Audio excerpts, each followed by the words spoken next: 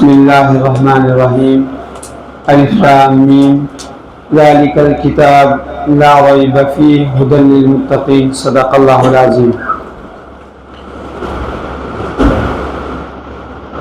گرامی قدر علماء کرام و مہمانان اعظام عمائدین شہر، السلام علیکم ورحمۃ اللہ وبرکاتہ۔ گرامی قدر، میں آپ کے سامنے اظہار تشکر کے طور پر چند کلمات پیش کرنے کھڑا ہوا ہوں۔ معزز حضرات، میں ادارہ حاضہ اور اس کے منتظمین کی جانب سے آپ سب حضرات کا تہہ دل سے مشکور ہوں کہ آپ سبھی حضرات اپنی مصروفیات چھوڑ کر اس دور دراز علاقے میں تشریف لائے اور اللہ تعالیٰ آپ کو جزائے خیر عطا فرمائے۔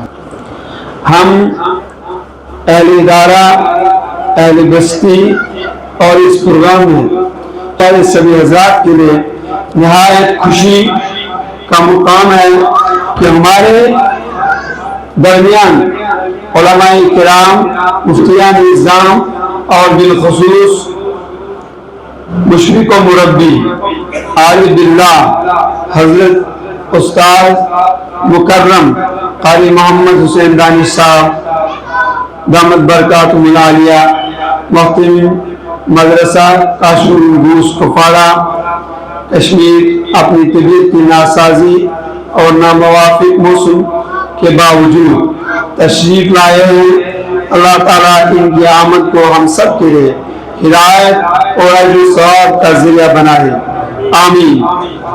حضرت کی سربراہی میں آج کے اس اجلاس کے انعقاد پر ہم حضرت کے تہ دل سے ممنون و مشکور ہیں۔ میں آپ حضرات کے سامنے اس خوشی کا کیا اظہار کروں جو کہ میرے عظیم اعزاز ہیں۔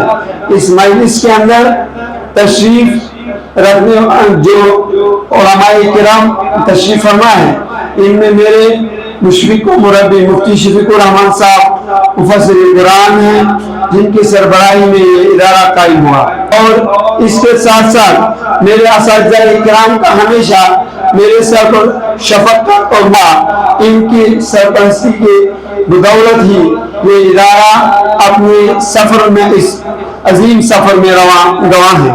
میں ایک مرتبہ پھر آپ سبھی حضرات کا ادارے کے منتظمین کی جانب سے دل کی امید گہرائیوں سے شکریہ ادا کرتا ہوں۔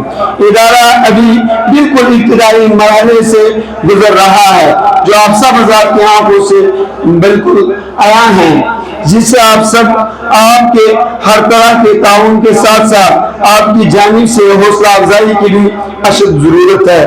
فجزاکم اللہ خیرہ۔